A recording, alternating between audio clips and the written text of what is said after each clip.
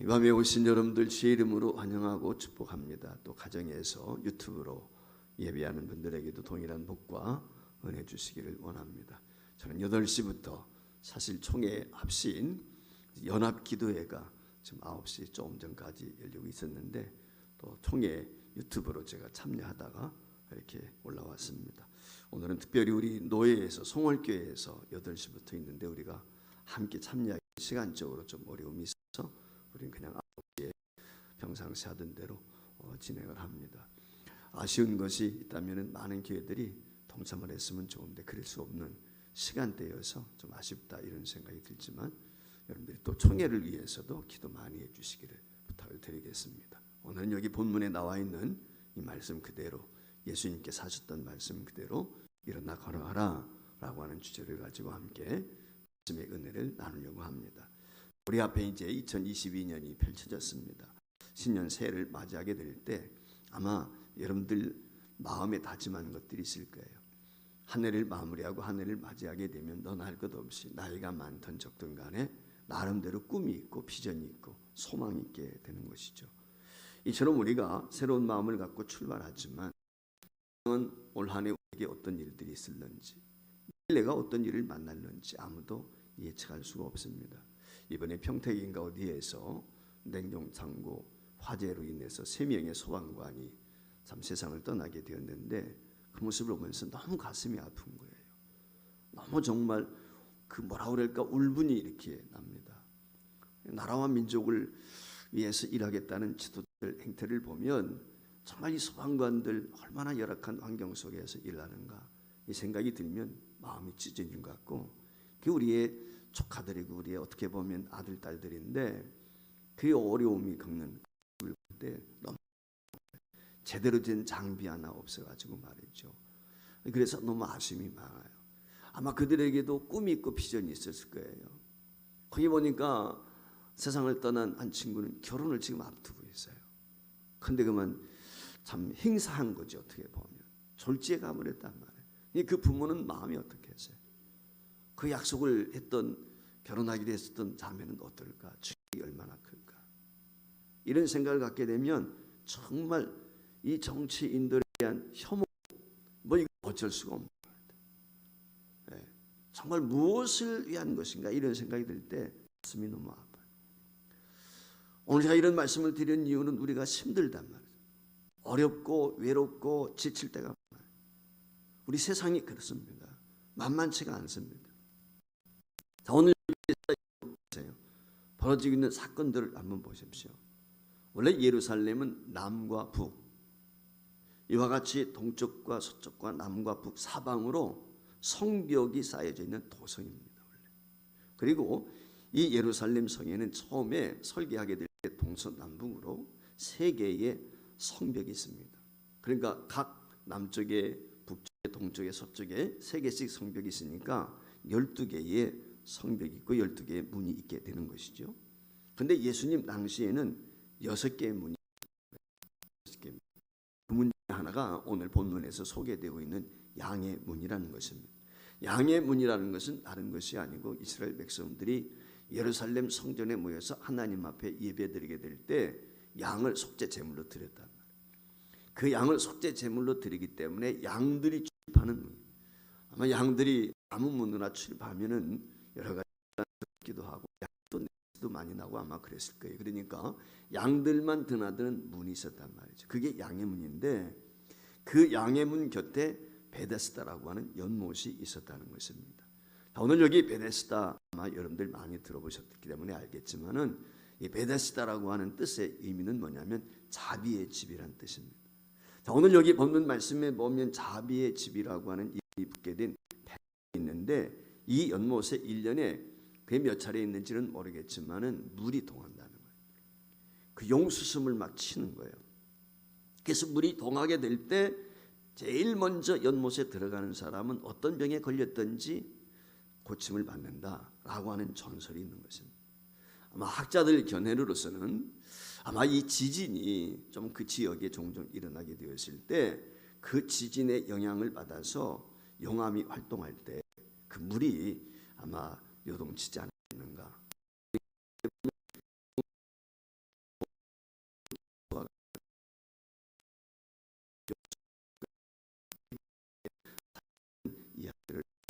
그래서 어쩌면 그 온천수 가운데 유황 성분도 포함이 되어 있으니까 피부병이라든지 뭐 아니면 아토피라든지 이런 것들, 관절염에 좋다든지 아마 여기서 사람들이 이것을 주로 찾지 않았겠는가라고 하는 것이죠. 아무튼 이런 연유 때문에 이 연못 주변에는 갖가지 질병에 어려움을 겪고 있는 환자들이 모여들게 되었습니다. 그들이 이 베데스다 연못가에 모이게 되었을 때 그들의 마음에는 희망이 있죠. 저 모습이 어떻게 되면 나을 수 있을 거야, 고침받을 수 있을 거야 라고 하는 희망, 그 마음을 가지고 그곳에 아마 사람들이 모여들었을 것입니다. 그래서 당시 정부에서는 이런 상황을 고려해 가지고 그 주변에 들에게 도움을 주고자 해서 만든 것이 뭐냐면 행각이에요. 행각. 한마디로 말하면 정자와 같은 것이죠. 그래서 행각 5개를 오늘 여기 세워놨다, 그렇게 이야기하고 있습니다. 아마 비도 피할 수 있게 하고 더위도 피할 수 있도록 아마 그렇게 했겠죠. 자, 이런 연유에서 그곳의 이름이 베데스다, 즉 자비의 집이라고 이름이 붙여진 거예요. 절망적인 환자들에게 삶의 희망을 주는 곳, 그게 자비의 집이죠. 자비의 집, 이름이 얼마나 좋습니까? 근데 사실 속설로 속되게 이야기하면 이름은 그럴듯해요.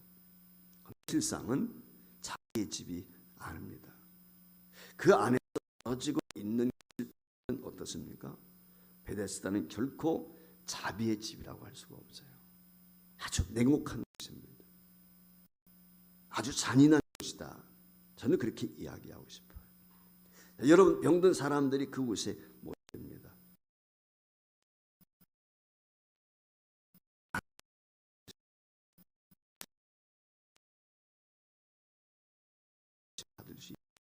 아마 이런 생각 가지고 그곳에 모여들지 않겠어요? 근데 사실 가만히 보면 그런 희망을 가지고 그곳에 모여들었는데 사실은 그곳에 와서 절망하는 사람들이 너무 많아요. 낙심하는 사람, 원망하는 사람, 이유가 있습니다. 왜냐하면 그 베데스다 연못의 모순 때문에 그래요. 성경이 우리에게 그 모순된 점을 말씀을 해주고 있어요. 그것이 무엇입니까? 누구든지 못에 가장 먼저 뛰어들어요. 1등만 치려고 하는 거예요. 1등만. 이게 문제예요. 나머지 2등, 3등 물이 뛰어가봤자 별 일 없어요. 오늘 여기 1등, 물이 동할 때 1등으로만 뛰어든 사람만이 뛰어갔느냐. 이게 실제인지 아닌지는 모르겠지만 어쨌거나 삶이 그렇단 말이에요. 2등 아무리 해도 아무 의미가 없어요. 3등도 의미가 없어요. 여러분, 우리 세상과 너무 어떻게 보면 닮아있지 않습니까?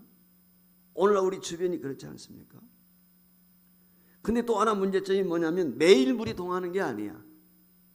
그래도 매일같이 세상에 나게 되면 매일 한 명씩 고침받고 나가게 되니까 그곳에 모여있는 환우들이 소망이 있을 텐데 기껏해야 1년에 한두 번밖에 없단 말이에요. 어쩌다가 한 번 일어나는 거예요.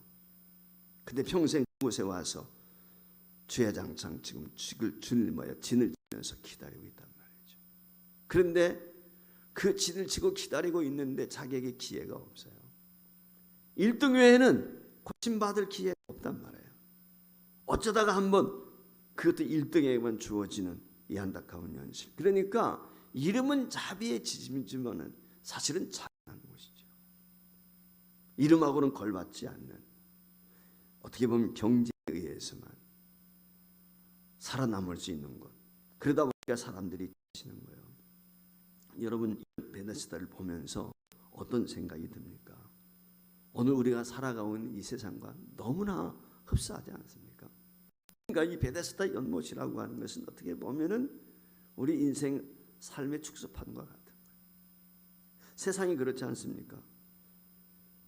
우리 앞에서 펼쳐지고 있는 냉혹한 현실, 우리가 한번 상상을 해보세요. 세상이라고 하는 것이 결코 만만치가 않아요. 가볍지가 않단 말이에요. 그냥 사람들은 이야기할 때 개똥밭에 굴러도 이승이 낫다, 살아있는 것이 낫다, 죽은 것보다, 그런 얘기하지만 사실 우리가 정치나 경제나 사회를 보면은 1등이 모든 권리를 독점한단 말이죠. 강자만이 양육강식의 시대. 그게 오늘날 우리가 살고 있는 이 세상이 아닙니까? 국가 간에도 그렇고 한 나라에서도 마찬가지예요. 회사에서도 마찬가지고 퇴출당하고 명퇴당하고 왜 그렇습니까? 경쟁사이기 때문에 그래요. 어떻게 보면 강자만이 살아남을 수밖에 없는 그 배달곳에 오늘 18년 된 병자가 그 가냘픈 희망을 가지고 그곳에 기다리고 있습니다. 자, 오늘 여기 3절 말씀에 보면 이렇게 기록이 됐어요. 그 안에 많은 병자, 맹인, 다리 저는 사람, 혈기 많은 사람들이 누워 물의 움직임을 기다리고 있었다고 말씀을 하고 있어요. 한두 명이 있는 게 아니에요. 행각이 5개 정도니까 행각 하나에 10명씩만 들어가도 벌써 50명이에요. 5개. 그렇지 않습니까? 근데 50명만 있었겠어요? 전국 각지에서 수많은 환자들이 모였을 것이란 말이에요. 그 중에 오늘 여기 38의 병자가 있었다. 5절 말씀에 보면 그렇게 이야기했어요. 이 사람이 왜 이곳에 왔어요? 나도 고침받을 수 있어, 나음받을 수 있어 라고 하는 희망을 가지고 왔죠. 그렇지 않겠습니까? 근데 이곳에 왔는데 사실 이 사람에게 희망이 있어요, 없어요? 사실은 희망이 없어요. 연못에 물이 동하게 될 때 기다리지만 고동할 수가 없는 이 사람, 움직일 수 없는 이 사람, 남들이 들어가지만 자기는 뛰어 들어갈 수가 없어요. 1등이라고 하는 것은 생각해 볼 수가 없어요. 여러분, 이 사람이 10년을 기다린다고 20년을 기다린다고 38년 된 이 환자가 1등할 수 있을 것 같습니까? 제가 보기에는 이 사람이 그 물속에 1등으로 뛰어들어갈 수 있는 확률은 아마 100만 분의 1, 억만 분의 1이 될는지도 모르겠어요. 저는 단 1%도 없다고 생각을 해요. 불가능한 거예요. 근데도 불구하고 이 사람이 그것을 떠나지 못하고 기다리고 있어요. 사실입니다. 설마 내게도 기회가 온다면 이런 마음의 일말의 미련 때문에 감히 그것을 떠나지 못하고 지금도 죽치고 있는 것입니다. 여러분 한번 생각해 보세요. 38년 된 병자의 이 모습이 혹시라도 오늘 우리의 모습은 아닌지 모르겠지만 나이가 들어서 세상을 살다 보면은 그런 생각이 들 때 있단 말이에요. 야, 내일은 좀 나아질까? 내년은 좀 괜찮아질까? 이런 생각들 우리가 가지고 미래에 대한 미래를 버리지 못하고 사는 경우 종종 있지 않습니까? 오늘 이 사람이 사실 희망이 없어요. 이 자비의 연못이라고 하는 이곳에서 이 사람이 조금 전에 말씀을 드린 것처럼 1등할 확률은 전혀 없다는 거예요. 불가능한 것입니다. 그런데 여러분, 우리가 한 가지 기억해야 겠습니다. 이런 절망적인 사람에게 예수님이 찾아오신다면 어떻게 될까요? 낙심하고 절망할 수밖에 없는 이 땅에 주님이 오신다면 어떻게 될까요? 여지는 바로 여기에 있는 것입니다. 오늘 여기 성경 말씀 9절 말씀에 보면은 예수님이 찾아오셨어요. 근데 그 예수님이 찾아오신 날이 안식일입니다. 여러분, 안식일 그러면 예수님은 어디에 가 계신 것이 마땅해요?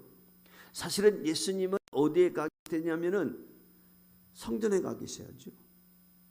하나님 앞에 예배드리고 말씀을 증거하시고 어쩌면 성전에서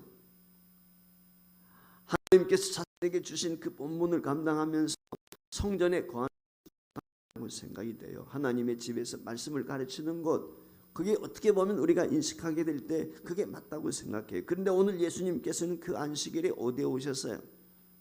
소외당하고 절망에 빠진 나약한 병자들에게 찾아오셨다는 것입니다. 사실 오늘 여기 베데스다 연못가에 모인 많은 사람들 가운데는 가망성이 없어요. 전혀 기댈 곳이 없습니다.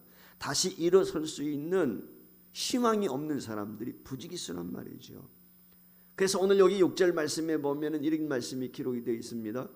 예수께서 그 누운 것을 보시고 병이 오랜 줄, 벌써 오랜 줄 아시고 이르시되 내가 낫고자 하느냐, 이렇게 지금 예수님 질문하고 있다. 여러분, 예수님께서 베데스다 연못에 오셨을 때 주님의 눈에 들어온 병이 오래되어서 누워있던 것, 그걸 예수님이 보셨단 말이죠. 그러니까 예수님의 눈에도 이 38년 된 환자는 1등할 기회가 없어. 꼰지는 따놓은 거예요. 이 사람은 한 번도 1등할 기회는 없는 거예요. 한마디로 말하면 가장 절망스러운 모습. 그 예수님의 눈에 많은 환우들이 있지만 그 가운데에서 가장 절망적인 사람, 예수님 눈에 밝힌 거죠. 누구냐? 38년 된 병.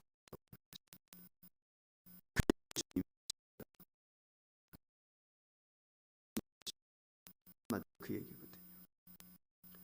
사랑하는 여러분, 우리가 거래할 이 세상이 사실 핑크빛 세상이 아닙니다. 어떻게 보면 1등만 살아남는 험한 세상이고, 거기에 비해서 오늘 우린 연약할 때가 많아요. 부족할 때가 많단 말이죠. 힘없는 존재처럼 그렇게 인식될 때가 많습니다. 그래서 내일이 두렵고 내일이 염려스러워요. 왜 눈물이 있습니까? 힘들고 어렵기 때문에, 고통스러우니까. 하지만 우리 주님은 그런 나를 찾아오신다는 거예요. 그런 우리에게 찾아오신다는 거예요.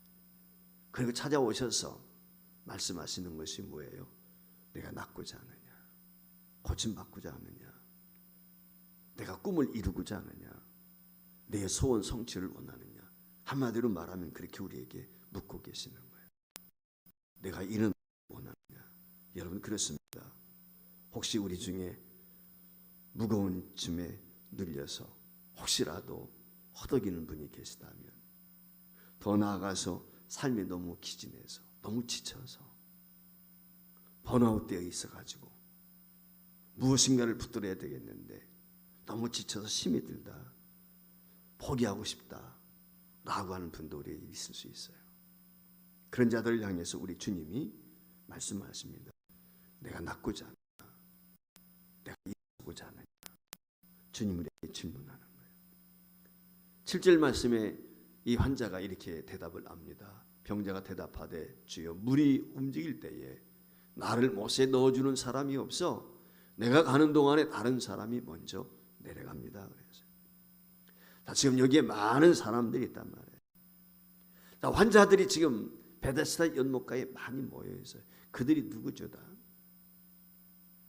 사실 똑같은 처지에 있는 형편이 대동소이한 사람들이 많았을 거예요. 그런데 실상 그들이 다 경쟁자예요. 그렇지 않습니까? 동정이란 찾아볼 수가 없어요. 왜?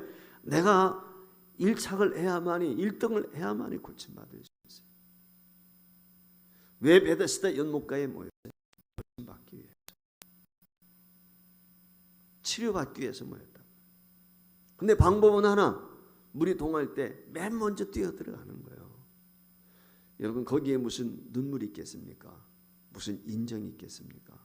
거기에 배려가 있겠습니까? 그렇지 않습니까?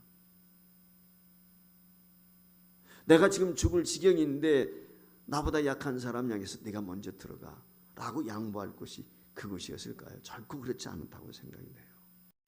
그것이 사람마다 경쟁자입니다.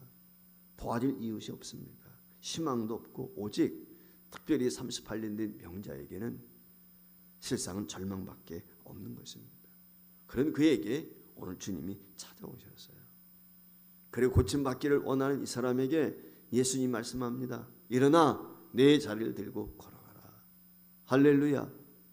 주님이 일어나 내 자리 들고 걸어가라. 그 말씀이 나자마자 38년 동안 이분이 걸어봤는지 어떤 일은 모르겠지만 병으로 고생했던 이 사람이 벌떡 일어납니다. 그리고 그 녹말을 말이죠, 번쩍 말아들고서는 걸어갔다는 거예요. 오늘 본문이 그렇게 이야기해요. 여러분, 이 사건이 우리에게 주는 말씀이 무엇입니까? 세상은 1등만 원해요. 1등. 세상은 경쟁사회에서 1등만 원하는 거예요. 모든 것이 그래요. 국가 간에도 마찬가지. 1등 아니면 패할 수밖에 없는 거예요. 1등만 기억하는 세상이에요. 그게 세상입니다. 근데 오늘 여기 본문에 있는 나와 있는 이 말씀을 통해서 우리가 기억해야 될 것이 있습니다. 주님의 나라는 연약한 자들 더불어 살아가는 거예요. 이 점을 명심해야 돼요. 주님의 나라는 옳지 않고 당근 권리와 누리며 사는, 그게 하나님, 그게 주님의 나라입니다. 이 점을 우리가 잊지 말아야 돼요. 여러분 30별 된 이 꼴치가 당당히 걸어 나갈 수 있는 세상이라면 그 누구든지 모두가 다 일어나서 각자의 인생을 누리며 살아갈 수 있지 않겠습니까? 이것이 우리가 꿈꾸는 나라가 돼야 돼요. 왜? 이것이 주님이 원하는 나라이기 때문에. 이것이 주님이 기대하는 나라입니다. 이것이 주님이 우리에게 주시고 하는 나라예요. 이게 주님의 나라의 법칙인 것입니다. 주님 바로 이런 세상을 원하십니다. 그래서 주님은 낮고 천한 곳에 오셨어요. 우리가 전도대회 때 몇 번 영상으로 여러분들에게 보여드린 것이 있어요. 그게 뭐냐면 타이타닉 그 숨을 당하는 장면을 여러분들에게 보여주었어요. 이 타이타닉은 19세기 만들어져 가지고 20세기가 시작되면서 영국에서 출항을 하게 되죠. 멋있는 초호화 여객선, 그게 타이타닉 아닙니까? 그런데 이 타이타닉은 어떻게 돼요? 북대서양을 지나면서 그만 빙산과 부딪히지 않습니까? 그리고는 난파대에 갇히고 침몰할 위기에 놓여 있단 말이죠. 여러분 출항한 지 얼마 안 됐어요. 아마 이 타이타닉 영화를 만들 때 생존에 있던 사람들의 증언도 있어야 돼요. 그리고 그것이 픽션을 가미해가지고 흥미가 있어야 되니까 아마 이 영화를 만들었지 않았겠는가 이런 생각을 가져요. 근데 그 배가 침몰하게 될 때 아마 우리가 연장면 있지 않습니까? 그게 뭡니까? 그 선원들을 비롯해서 그들이 그 악기를 연주하면서 찬양하는 것 여러분들 보셨을 거예요. 그 타이타닉 침몰하게 될 때 맨 먼저 누구 먼저 이 보트에 구명선에 태우게 됩니까? 여러분 잘 아시는 것처럼 그것이 보면 여자와 어린아이들 그들을 먼저 구명선에 태워요. 그리고 노약자, 노인들, 병든 사람들 이런 사람들을 먼저 태웁니다. 이유가 뭘까요? 이들은 그 배가 가라앉게 되면 살아남을 가능성이 전혀 없는 거예요. 즉 자기 힘으로는 가능성이 전혀 없어요. 그래서 그를 먼저 배려하는 거예요. 그리고 건장한 사람들, 선원들을 비롯해서 그들이 맨 마지막까지 남습니다. 그리고 그들은 결국 배와 함께 수장이 되고 말죠. 여러분 왜 여자아이들을 먼저 태우고 왜 노약자들을 먼저 태웠습니까?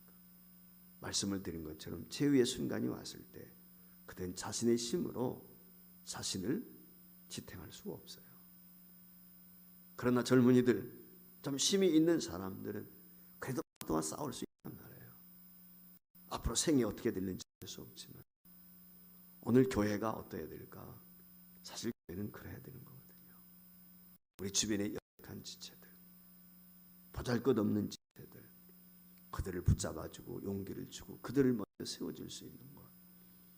그게 하나님의 나라고 하나님이 원하는 것이요. 주님이 바라는 것이 그래요.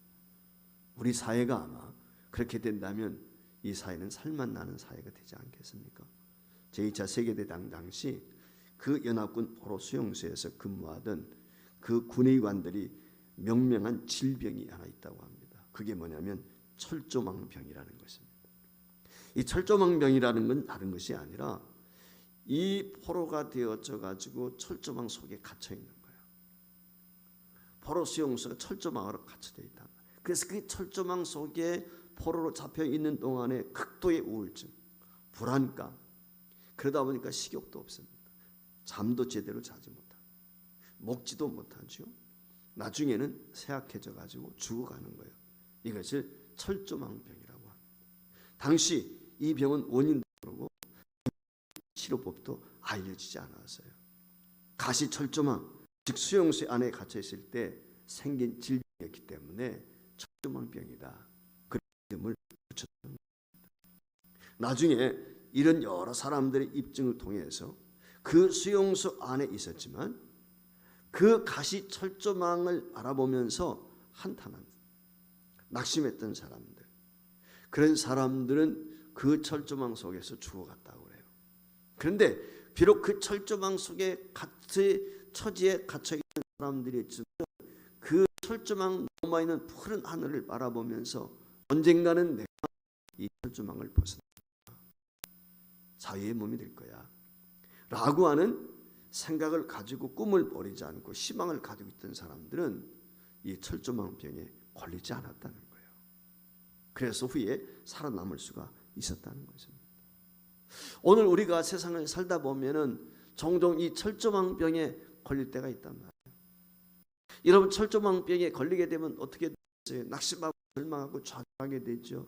포기하게 되는 경우도 있습니다. 왜냐하면 우리에게도 분명히 철조망이 있어요. 우리를 억압하는 것들이 있단 말이죠. 이 보이지 않는 철조망 속에 살 때가 종종 있습니다. 넘어갈 수 없는, 내가 현실적으로 뛰어넘지 못할 철조망, 무엇이 있습니까? 질병이 철조망이 있을 수도 있어요.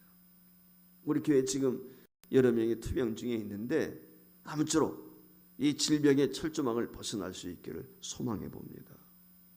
실패라는 철조망이 있어요. 사람이 몇 번의 실패를 거듭하다 보면요, 이게 익숙해져 가지고 나는 별 수 없어, 나는 할 수 없어, 이런 좌절과 절망을 하게. 나는 틀렸어, 한마디로 말하면 열등감의 철조망. 그런 사람들 많아요. 그뿐이 아니죠. 탐욕과 이기심이라고 하는 철조망. 남을 배려할 줄 몰라요. 자기 스스로 가두는 거예요. 그런데 그런 철조망 속에 갇혀있는 자들에게 오늘 우리 주님이 찾아오셔요. 주님이 찾아오시게 되면 희망이 있어요. 38년 된 환자에게 주님이 찾아오셨을 때 그에게 희망이 주어졌고 위로가 주어졌고 축복이 주어졌고 고침이라고 하는 기적의 역사가 일어났던 것처럼 오늘 마찬가지 우리에게 주님이 찾아오시게 되면 바로 이 철조망을 벗어나서 저와 여러분에게도 자유함이 있다 라고 하는 사실인 것입니다.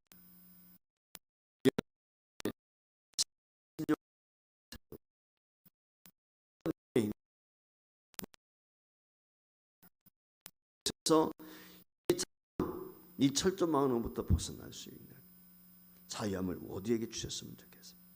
사랑하는 성도 여러분, 오늘 본문 38년 된 병자, 주님이 이렇게 세우신 이 사건, 주님이 오시기 전 이 베다스다 연못이 얼마나 왜곡된 질서 속에 서로를 병들고 파괴하면서 살고 있는지 그 모습을 우리는 여실히 유추할 수 있습니다. 우리의 세상이 그렇습니다. 그러나 그곳에 주님이 오게 되었을 때 전혀 가망이 없었다. 꼴찌 중에 꼴찌. 1등이라고 하면 상상해 볼 수 없는 연못가에 뛰어들 수 있는 기회는 전무한 그에게 주님이 오셔서 세상이 기대치 않았던 놀라운 기적의 역사를 베풀어 주셨습니다. 사랑하는 성도 여러분, 2022년 주님과 함께 주님이 원하시는 변화된 세상을 향해서 저와 여러분이 당당히 걸어가기 위해서 오늘 이 밤에 우리에게 찾아오시는 주님을 다시 한번 맞이할 수 있기를 바라고 그 주의 음성을 듣고 일어나 걸어가라 말씀하시는 주의 음성을 듣고 심차게 22년을 여러분들이 걸어갈 수 있기를 바라고 동시에 그 희망된 복음을 가지고 세상 가운데 나가서 아직도 절망과 낙심과 좌절의 철조망 속에 있는 그들에게 이 생명 되시는 이 주님을 전해서 그들로 하여금 놀라운 변화의 역사를 경험할 수 있는 그런 삶을 살아갈 수 있도록 저와 여러분이 복음의 영자로서 또 사명을 감당하며 나가는 2022년 하루가 될 수 있기를 주의 이름으로 축복합니다. 오늘 약한 중에 있다면 그리고 낙심 중에 있다면 우리가 하나님께서 우리에게 주시는 말씀이 있나 알아. 이 말씀이 저 여러분에게 능력과 권능이 있어 한 해 동안 심차게 주님이 주신 비전 꿈을 향해서 나아갈 수 있는 은혜가 보이길 주의 이름으로